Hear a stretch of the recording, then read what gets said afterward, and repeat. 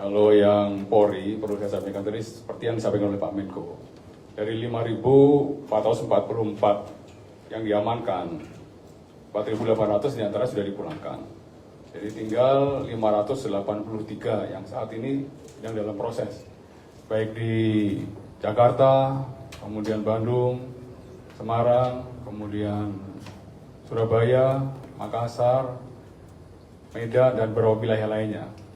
Itulah sedang di asesmen oleh para penyidik, dan juga yang Mabes Polri dari Baris Krim menghimpun semua 583 tersangka tersebut yang melakukan kajian dan analisnya secara mendalam, siapa yang menjadi aktor intelektualnya, siapa yang menjadi penyandang dananya, dan siapa yang menjadi operator lapangannya, serta pelaku-pelaku yang saat ini sedang berproses. Ya, saya rasa itu. Ya. Dari 583 itu dipilah-pilah. Ya, mana dewasa, mana anak. Yang anak itu menjadi hal yang paling penting. Apakah itu harus segera dilakukan restoratif justice, itu nanti asesmen dari penyidik. Dan juga komunikasi dengan Komnas HAM, Komnas Anak, dan KPI. Itu terus kami komunikasikan. Artinya bahwa Polri dari awal membuka ruang komunikasi ya, kepada Komnas HAM, Komnas Anak, Komnas Perempuan, KPI, semuanya kita buka ruang komunikasi itu agar bisa melihat secara objektif, secara empiris bagaimana kondisi-kondisi tersangka tersebut. Ya, khusus untuk anak kita betul-betul mendapat perlakuan yang sangat khusus.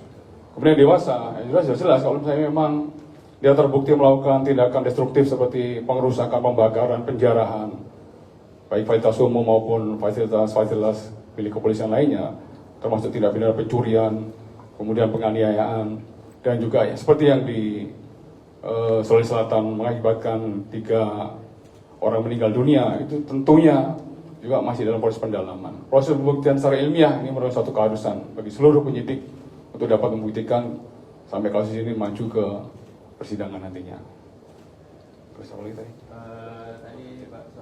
Saya tambahkan sedikit apa yang disampaikan oleh Pak Wakapolri, bahwa 583 orang yang sedang ditahan itu pun sedang dalam proses penyidikan lanjutan. Jadi belum semuanya itu pasti akan dilimpahkan ke pengadilan. Jadi bisa dipilah-pilah ada cukup bukti atau tidak. Kalau ada cukup bukti, ya tinggal kemudian apakah akan dilakukan restoratif justice ataukah akan diteruskan ke pengadilan. Itu tergantung perkembangan, dan saya kira penyidik berwenang untuk memutuskan hal itu. Dan pemerintah ingin memastikan bahwa proses itu berjalan secara terbuka, secara transparan, dan karena itu saya menghimbau kepada seluruh advokat ya, dan para penasihat hukum, baik profesional maupun yang pro deo, untuk pro bono, untuk aktif membantu mereka ini. Jadi ini adalah kesempatan untuk kita menegakkan hukum secara fair, adil dan berimbang, karena posisi penyidik dan posisi advokat itu setara dalam menangani kasus-kasus yang sedang disidik oleh pihak penyidik, kepolisian, kejaksaan dan lain-lain sebagainya. Karena itu ya silahkan hadirkan saksi-saksi untuk ada charge, silahkan hadirkan juga para ahli untuk didengar keterangannya sebelum proses persidangan berlangsung, sehingga betul-betul nanti semua pihak didengar dan Polri melakukan gelar perkara. Apakah cukup alasan perkara ini dilimpahkan ke pengadilan atau tidak. Jadi jangan khawatir ya, silahkan.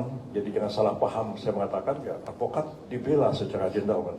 Itu maksud saya itu kita melakukan pembelaan itu betul-betul secara gentle ya, kemukakan fakta, silakan hadirkan saksi-saksi, ahli dan sebagainya, sehingga proses penyelidikan dan penyidikan itu berjalan secara fair, dan tentu nanti kalau ke pengadilan juga fairness itu yang kita inginkan bersama. Jadi pemerintah itu betul-betul punya komitmen untuk penegakan hukum itu adil dan berimbang dan transparan.